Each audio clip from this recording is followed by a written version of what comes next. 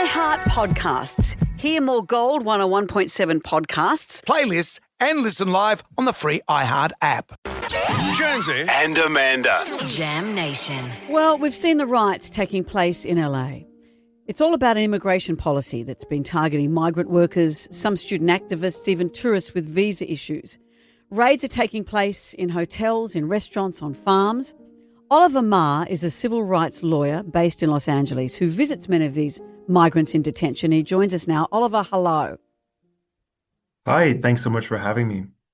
What we're seeing is quite extraordinary, and immigration officials have been instructed to hit a daily quota of 3,000 arrests. This is 10 times more than the average last year during Joe Biden's administration. I know this was a big election promise from Donald Trump, but what's the real motivation behind all of this?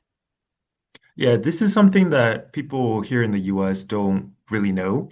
So I go and I volunteer in these detention centers every month, and I speak to the people who are detained inside to give them legal advice. And I remember last month I met a man, we'll call him Sergi, that's not his real name, but his story is real. He had followed all of the rules to come here legally through a CBP-1 appointment, which is the system set up by the US government for people to come here legally. And when he came here, he came at the time and place that the border told him to come. He had his credible fear interview where they determined his fear of going back to his home country was credible. And then they locked him up in an immigration detention center, which is where a lot of these immigrants who are being picked up in the raids, thousands, have been taken. And these centers are really prisons. To see him, I have to pass through 7 layers of barbed wires and gates just to see him. This is a man who didn't do anything illegal. He followed all of the rules. And after speaking with him, I had to tell him he would be in that center for about 1 year to 2 years as his legal process plays out. Wow. People who come here legally through that process are never eligible for bond. So no matter how much money they pay, as a promise to come back for their immigration court hearings, they're never released. And during that time, he's working for $1 a day, which is a lot of the folks in these detention centers are doing.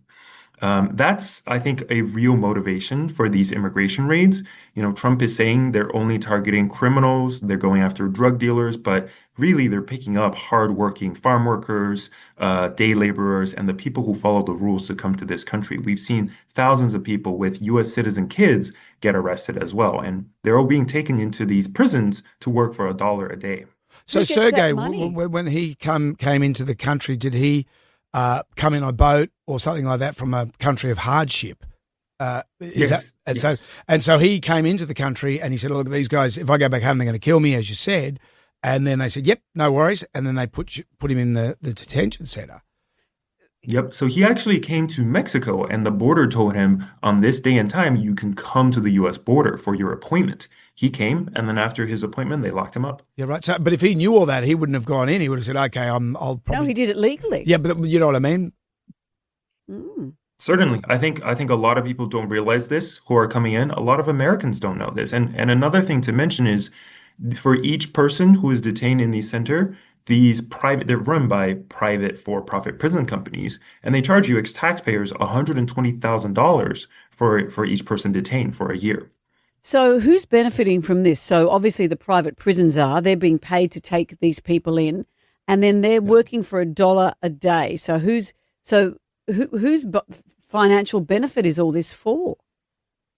So a lot of it is for these private prisons, and the folks who work for $1 a day in these private prisons can work a variety of jobs. Sometimes they actually work as our firefighters. There's a group of them that work as state firefighters in California. They work when they're in prison, and then when they're released, they're not allowed to work as firefighters because if they have criminal convictions.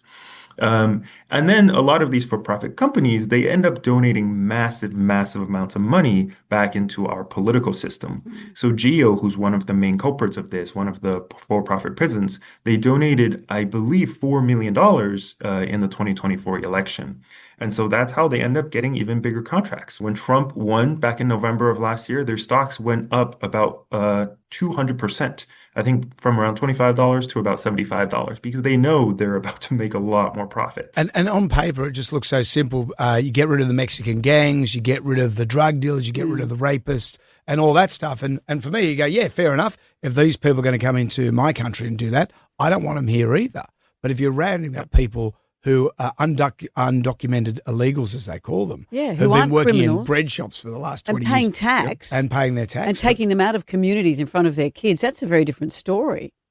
Yeah, I won a lawsuit against the U.S. government over their raids back in April. Well, we won a preliminary injunction. And one of our clients, he had lived in the U.S. for 20 years, no criminal convictions, 4 U.S. citizen kids, always worked as a farm worker, and they picked him up, and a few hours later, they deported him. So what happens with those kids? They don't have their father around anymore. Yeah, they're unanswered for. Well, What a story. It's fascinating, Oliver, and thank you for popping up in our algorithm, which is how it happened. Yeah, we saw you on social media and we could not believe the stories you were telling. Extraordinary story. Thanks so much for having me and for caring about this story.